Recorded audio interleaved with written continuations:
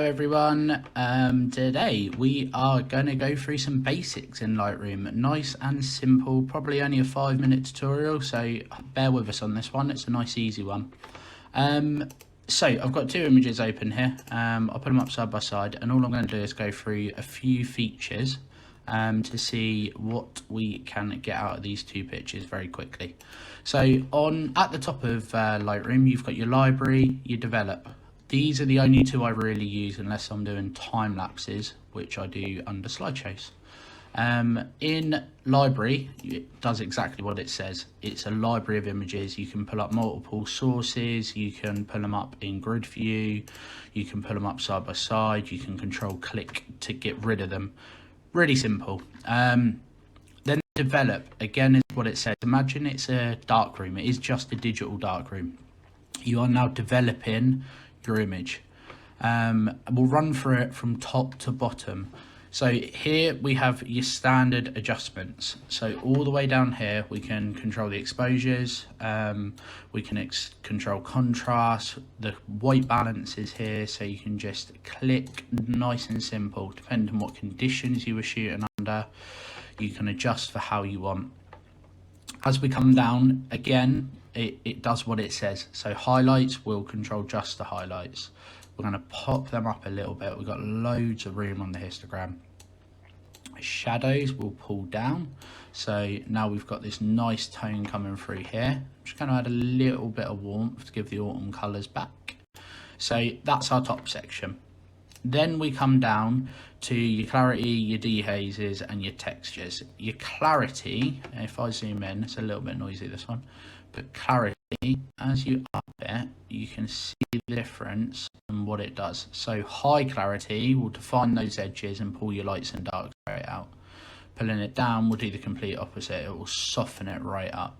So with this image, I'm just going to pop it up a little bit just to get those colours and the shades working really well.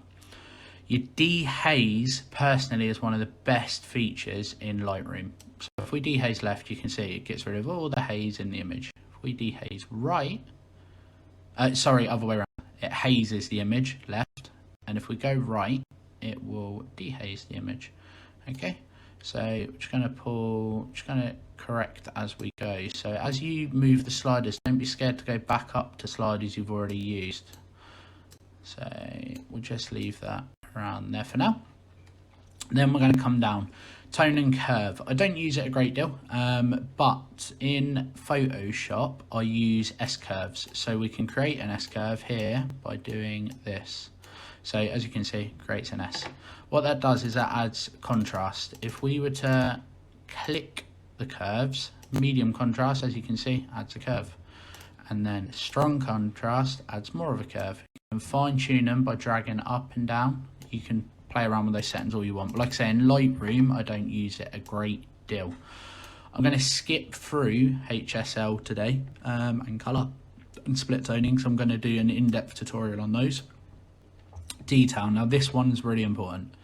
So as standard, Lightroom, you can preset it so it does a 0 sharpening. I have mine set a little higher standard. When you come in, you can click this little box, then click the area you want, and you can see it here how much it's doing.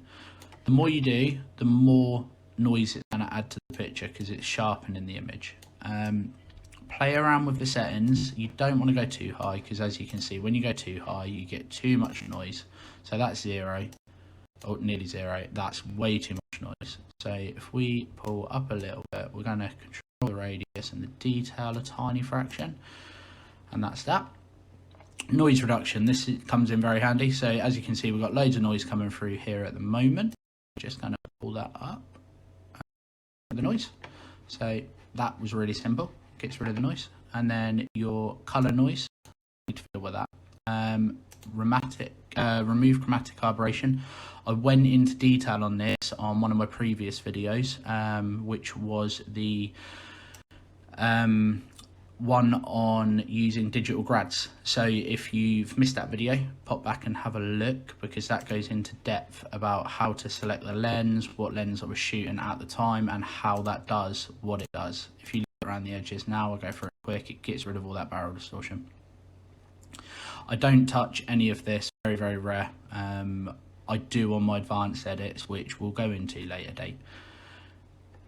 Vignettes, okay, they're a love or hate. If you look in the top corner, I could get rid of my vignette now by just adding a bit of white.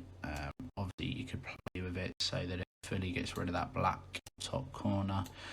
I don't tend to use them. I mean, you could pull the viewer into the middle of the image, add in a vignette, but for landscape photography, portraits, bit of a different ball game. I wouldn't go too much with them, but they're under effects and your calibration's here. So using what we've just used, let's see how quick, just using the top section up here, how quick we can get this looking correct. Okay, so start your timers. We got 1, 2, 3.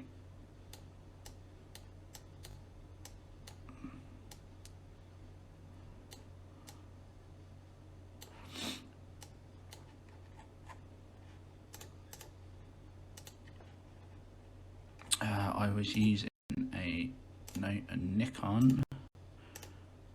That's correct. 14-24. That's that. That's correct. Scroll back up.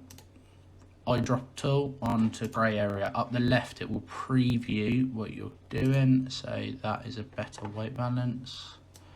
Just pull the blues back a little bit. Exposure down a fraction and up. And then we're just going to zoom in. And then we're just going to remove a little bit of that noise. Sharpen up a fraction. And there we go. Just using very, very basic points of Lightroom, we've got this image straight off, ready to go on Instagram, Facebook, wherever you want to put it.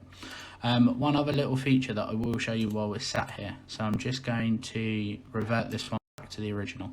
If you have two images that look really similar, obviously these two won't go hand in hand. If you click this image and then and then click the next one you want to edit in that order and press previous, it will duplicate the settings from the last photo you touched. So if you've got, what I would do very quickly, so like I say, we're just going to do a nice easy video today. I don't want to overcomplicate everybody. So we're just going to come in here. I'll pull in one that's really similar. So here's a similar image. Okay, so now we have that. So let's say the exposures were really similar on the two. There's one, and then all you do is you go to the one you've edited, then go to the one you want to edit and press previous. What this will do, every last setting will transfer across. So everything on this right hand side. So now you can see without doing anything, I have just created two images that look very, very, very similar. In fact, looking at that, I could pan that up really easy, lining up this line and this line, and we've got a perfect panoramic through there. I might actually edit that up a bit later today because I never thought about putting those two pictures together, even though I know I shot them side by side. Right, I hope you've enjoyed it. Like I say, really short, easy video today. Just one that you guys, I can go through these settings, use them daily. Again, just real quick, black and white is as simple as it says. Black and white, adjust your settings. That looks really good as black and white. You can control all these settings individually to get all your shadows looking correct. Make sure your contrast is there. And again, it's one click at the top. Make sure you follow the channel. Make sure you pop on over and hit the subscribe button. You can do that on the right hand side now. On the left, there'll be a new video for you all to watch. Hope you have a great day.